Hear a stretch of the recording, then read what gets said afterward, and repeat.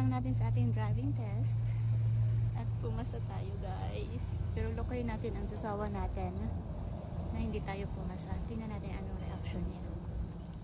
Nag-aantay siya dito sa labas. Hindi ako inabot ng 1 hour. Mga 20 minutes lang ang inabot. Kinakabahan ng person, Diyos ko, dahil nanginginig pa.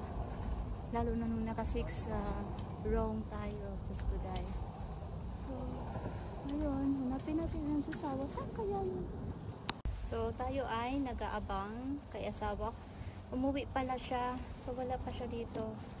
So, tinawagan ko, sabi niya, bakit daw yung boses natin malungkot, hindi ba daw tayo pumasa? Sabi ko lang, ganyan. Pero pumasa tayo guys. Grabe. Yung first wrong answer ko nangyari noong pang 11 questions. Hindi ko na matandaan kung anong question yun. Pero yun ang pinaka una kong wrong. Then, yung pangatlo kong mali, hindi ko na matandaan bakit ako nagkamali. Tama naman yung sagot ko. Tapos, hanggang sa nasa 29 na ako, nangyari naman ang aking pang-apat na mali. Kasi makikita mo yung sa baba, kung ilan yung mali, ilan yung in-skip mo na question, at saka ilan yung correct mo. Yan. Then, noong nasa 34, nag-5 naman ang aking mali. Tapos, noong nag 36 ako, nag-anim ang mali ko. Akala ko mag-i-stop na yung questions. Kasi yun ang sabi, pag naka-anim na wrong, stop na yung test. Hanggang sa na-correct ko, hanggang sa nag-40, hanggang sa nag-stop na talaga ang questionnaire, and tinawag ko na yung nag-a-assess. Sabi ko, ma'am, ano ang nangyari? Pumasa ba ako? Nag-stop yung akala ko talaga dahil may 6 akong wrong, kaya nag-stop. Sabi niya, hindi, pumasa ka, punta ka na doon. Sabi niya sa akin. Sabi ko, oh my God, salamat po. Nanginginig talaga ako noong naka 6 wrong ako, tapos nasa 36, 37 na ako. Nginig na nginig talaga ang person. So, guys, tayo ay pumasa. Andito ang sasawa ko. Tingnan natin ang reaction niya. Yeah.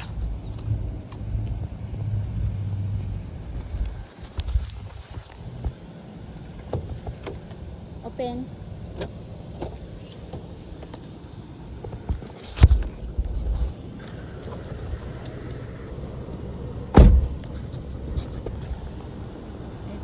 What? You're using tricky on me? Oh my God. Congrats. Oh, you can drive home then. My God, ay pasaga. Ang requirement sa paggawa ng learner's permit ay state ID. Yun lang ang kinuha sa akin. Tapos, yung certificate naman ng 4 hours course, pag nakapasa pala tayo, ay nakapasa agad pala yun sa DNV. So, nung kinuha yung pangalan ko, lumabas na doon kung kailan ako nag-take ng 4 hours at kailan ako nakapasa. Ayan. So, kahit wala tayong dalaan na certificate, kasi nawala na yung link, may expiration pala yung link, Diyos ko, dahil hindi namin alam, hindi namin na-print agad.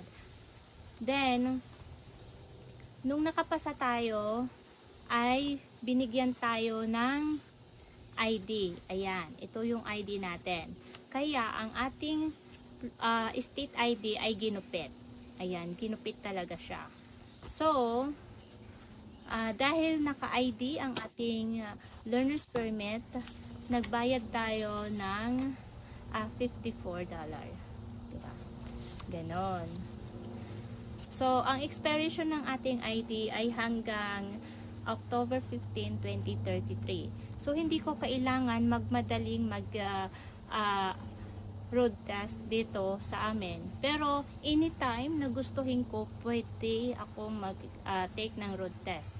Yun ang sabi sa akin ng nag-assess sa akin doon sa DNV.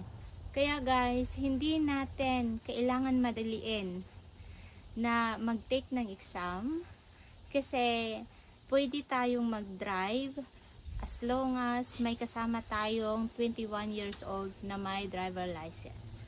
So ako, slowly but surely, kahit kailangan na natin mag-drive kaya napakamahal ng Uber, kailangan pa rin na maging sigurado tayo sa sarili natin bago tayo mag-drive mag-isa kasi buhay din natin ang nakataya. Pag hindi tayo sigurado sa sarili natin sa pagdadrive na yan sa highway, pwede tayong ma-aksidente dyan. So, hindi tayo magmamadali guys.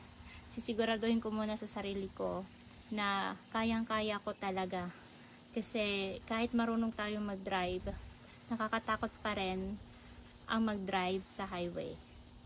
Ayan. Total, napakatagal pa naman ng expiration ng ating learner's permit. Yan. Bye-bye!